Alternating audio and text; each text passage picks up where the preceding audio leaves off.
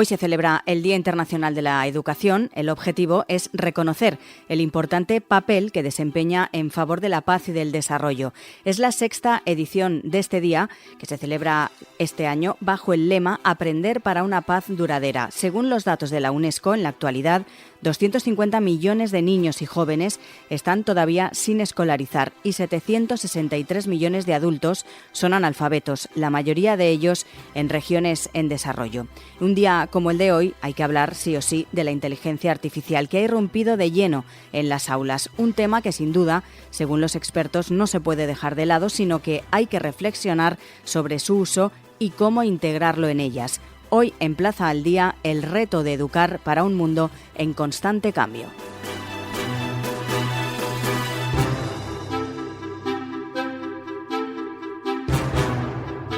Saludamos a Alba Torrego, es profesora de la Facultad de Educación de la Universidad Complutense de Madrid. Señora Torrego, muy buenas. Muy buenas.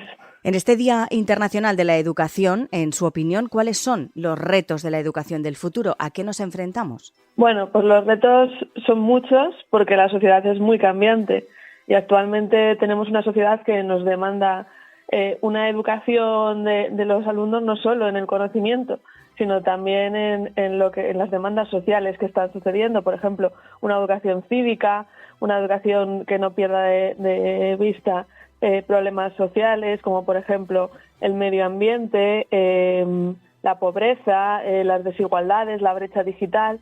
Con lo cual, los retos de la educación del futuro es hacer frente a todas esas problemáticas y formar ciudadanos y ciudadanas que puedan, enfrentarse a estas demandas sociales y no solo desde el conocimiento, sino también desde el saber hacer, ¿no? Por eso también es una educación competencial. Para conseguir esos retos, son muchos los que usted nos ha nombrado, pero ¿qué debería cambiarse? Porque no se puede cambiar todo de golpe, lógicamente, pero ¿por dónde se debería empezar para cambiar en el sistema educativo para afrontar esos retos, o por lo menos los más importantes? Pues lo que nos están diciendo todos los informes, tanto nacionales como supranacionales, es que la escuela, la educación no debe perder de vista la sociedad. Es decir, que tenemos que llevar la realidad de lo que está sucediendo al aula. Ahora mismo hay un currículum que son los contenidos que los alumnos y alumnas deben aprender y eso obviamente lo debemos trabajar en las aulas para tener alumnos que tengan buena competencia matemática, buena competencia lectora, pero también debemos llevar la realidad, es decir, qué está pasando a nuestro alrededor, qué está pasando alrededor del centro educativo, alrededor de las familias, a qué problemáticas se están enfrentando, que es también la introducción de esta educación en valores. Sin duda, la tecnología está cambiando la forma de educar. Ya hemos vivido épocas similares. Ponemos ejemplos cuando se metía Internet a las aulas por primera vez, o después con las pizarras electrónicas, y así con distintas etapas. Ahora estamos con la inteligencia artificial, que es un paso adelante bastante grande. Pero claro, aquí hay pros y contras, siempre hay gente a favor y detractores. Habrá que ver cómo se integra definitivamente en las aulas esta inteligencia artificial para que ayude a los alumnos y no les perjudique, ¿no? Es difícil encontrar el punto medio. Es muy complicado, es el tema educativo, ¿no?, por excelencia en el que estamos ahora. Es complicado, pero es algo a lo otro que nos reto, hemos ¿no? enfrentado. Otro reto. Claro, porque la tecnología ha estado siempre presente. O sea, hace siglos hablábamos del periódico. La gente, aunque nos parezca increíble, tenía miedo al periódico impreso, ¿no? Decían que podía ser distractor hace muchos siglos. Luego nos enfrentamos a la televisión. Luego nos enfrentamos a Internet. Ya ahora pues estamos en la era de la inteligencia artificial y es algo novedoso, que es normal que nos dé miedo, pero que tenemos que analizar para ver cómo se puede introducir en los centros. Yo creo que una forma, o sea, no puede ser dejarlo de lado y decir, bueno, esto está ahí, lo prohibimos y se acabó, sino que tanto docentes como el alumnado y como las familias también deben pensar sobre para qué puedo utilizar la tecnología, en este caso la inteligencia artificial, qué usos tiene, qué malos usos también tiene, y hacer ese análisis. Y para ese análisis hay que hacer lo que llamamos introducir la alfabetización mediática. No vale solo usarlo, sino reflexionar sobre ello. O sea, sería educar en tecnología o reeducar. Eso es, que no sea la tecnología solo un instrumento, sino también algo sobre lo que reflexionemos y pensemos para qué sirve y para qué no debe servir. Claro, porque no sería tanto la tecnología en sí, sino la concepción que nosotros podemos tener de esa tecnología o el enfoque de cómo profesores y estudiantes le den, ¿no? Y cómo esté todo bien integrado para que, como decimos, se convierta en una ayuda y no al contrario. Eso es. Y bueno, ahora se están haciendo muchos esfuerzos desde los centros educativos para reflexionar sobre esto, pero que es algo para lo que toda la población debemos formarnos. Y es un esfuerzo más, ¿no? para hacer frente al reto, pero yo creo que merece la pena para poder usar la inteligencia artificial, que tiene muchos inconvenientes, pero también muchas ventajas en educación. Las pantallas es otro tema que está encima de la mesa cuando hablamos de educación, los móviles, etcétera. Muchos centros, por ejemplo, ya están quitando los móviles de las aulas. ¿Es usted partidaria de quitarlos o cómo se podría regular de otra manera sin que también fuera una prohibición que a veces genera pues efectos rebotes? Es decir, cuando se prohíbe una cosa y más a jóvenes, ¿no? Pues quieren utilizarlo más ya que están prohibidos, ¿no? Un poco así. Sí, eso es. Es también un debate muy actual, muy complicado, ¿no? Parece que se está legislando para prohibir, porque la verdad es que los centros educativos sí se enfrentan a un problema con el uso de los móviles. Pero yo creo que la prohibición no es la solución. Es decir, como muy bien has dicho, si lo prohibimos van a tener más ganas de usarlo. También está en la reflexión. Y ya no es una reflexión del alumnado, sino una reflexión de todos como ciudadanos y ciudadanas, de para qué utilizo yo el teléfono móvil, lo estoy utilizando cuando debo o no. Entonces, a través de esa reflexión, y que al final es educación, es como podemos llegar a ver qué hacemos con los móviles en las aulas. Desde luego que como se están utilizando mucho en muchos de los centros y como lo utilizan los jóvenes, ahora mismo no puede seguir así, porque es un elemento distractor y eso es verdad. Pero quizás regularlo de alguna manera a través de este pensamiento reflexivo y no de la prohibición sea la forma de que aprendan a utilizarlo para otros fines. Como decíamos, se celebra el Día Internacional de la Educación. El objetivo de este día es reconocer el importante papel que desempeña la educación en favor de la paz y del desarrollo. Según datos de la UNESCO, lo decíamos al principio, en la actualidad 250 millones de niños y jóvenes están todavía sin escolarizar y 763 millones de adultos son analfabetos. Son cifras altísimas para la época en la que vivimos, ¿no? Sí, desde luego. ¿Cómo cree que deberíamos afrontar este otro reto, que este sí que creo que es más complicado porque es a nivel mundial? Sí, claro, es un reto, como dices, mundial. La escolarización debe ser lo más importante y esta lucha contra el analfabetismo también. Entonces, yo creo que se debe hacer un esfuerzo de todos los gobiernos para intentar que cada vez haya más personas escolarizadas en el mundo. Ya no hablo solo de niños y adolescentes, sino también de personas adultas.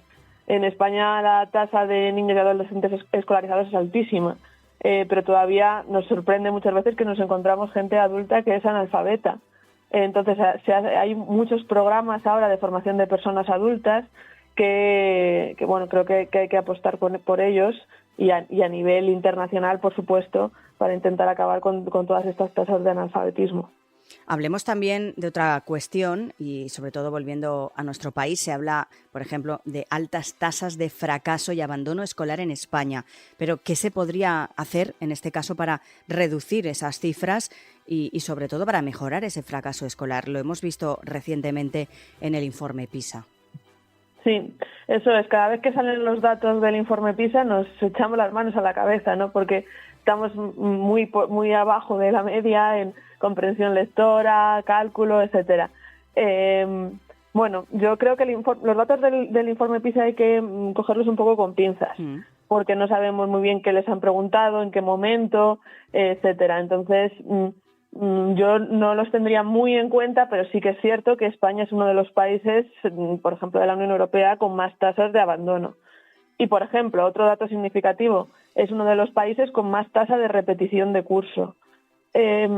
Con lo cual parece que esto va un poco unido, ¿no? Parece que las investigaciones nuevas están diciendo que repetir curso no ayuda a mejorar el rendimiento de los alumnos, sino que les impulsa a que lo dejen, a que abandonen, les desmotiva.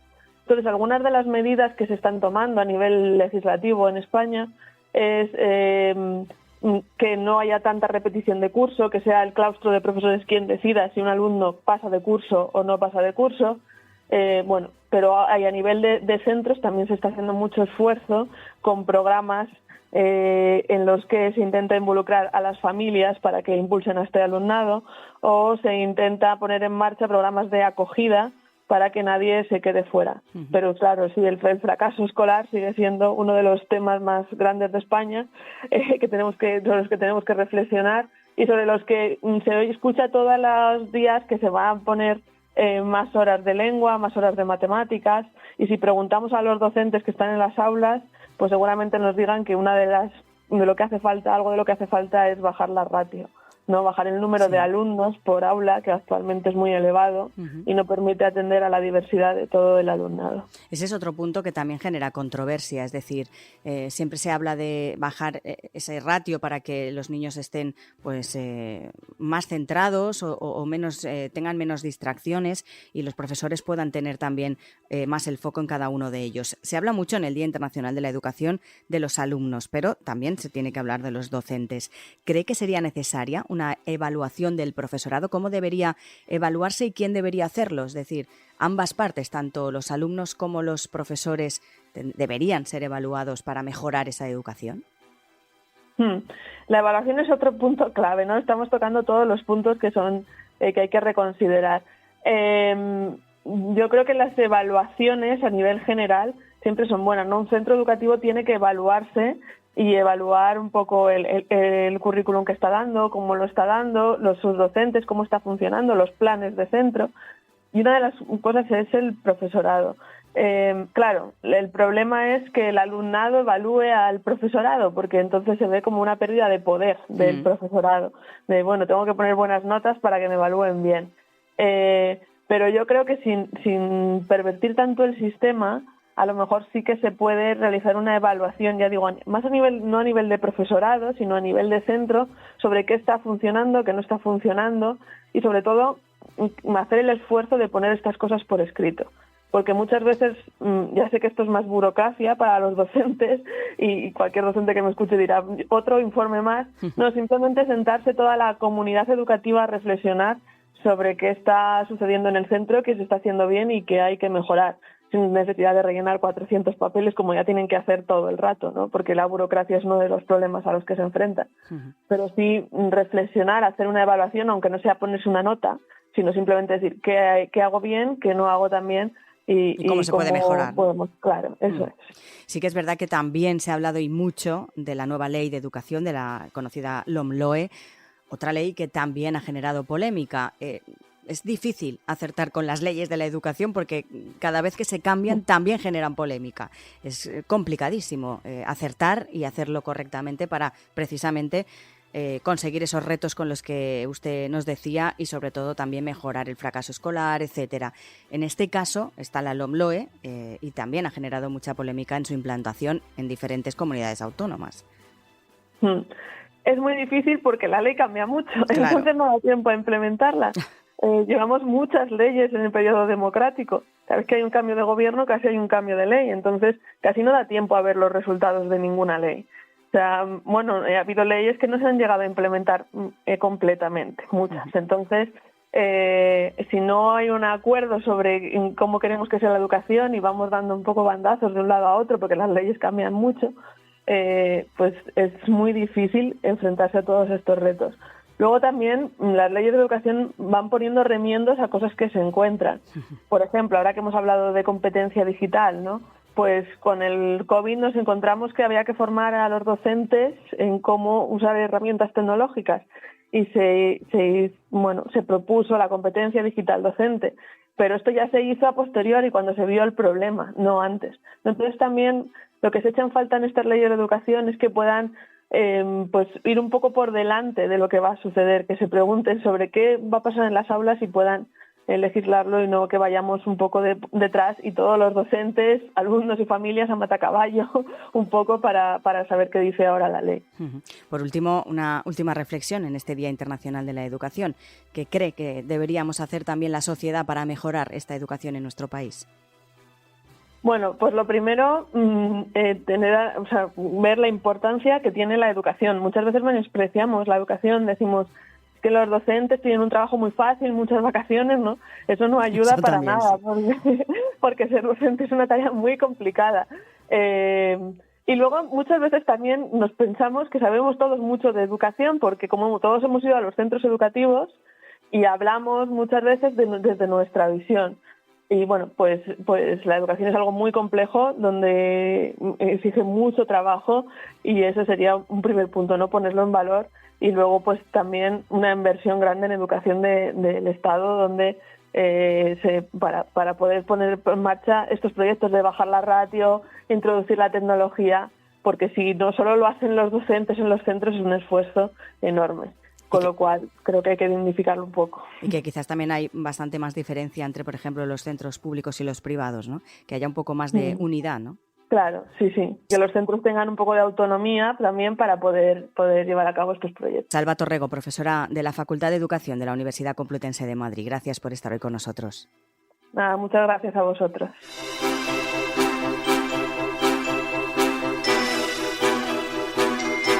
Sin duda, los retos a los que se enfrenta la educación hoy en día son muchos. Entre esos retos está la educación cívica, es decir, que no pierda de vista los problemas sociales como el medio ambiente, la pobreza, las desigualdades o la brecha digital y, sobre todo, que la tecnología no sea un mero instrumento, sino aprender a usarla correctamente y a integrarla. Según los últimos informes nacionales, para poder afrontar esos retos, la escuela no debe perder de vista a la sociedad. Lo que quiere decir es que hay que llevar la realidad de lo que está sucediendo fuera a la propia aula. Plaza al Día es el daily de todas las cabeceras del Grupo Plaza. Ya saben que lo pueden escuchar en las principales plataformas de podcast a las que pueden suscribirse y enviarnos sus comentarios. También les animamos a entrar a plazaldía.es. Pueden encontrar allí también todos nuestros contenidos y realizar cualquier suscripción.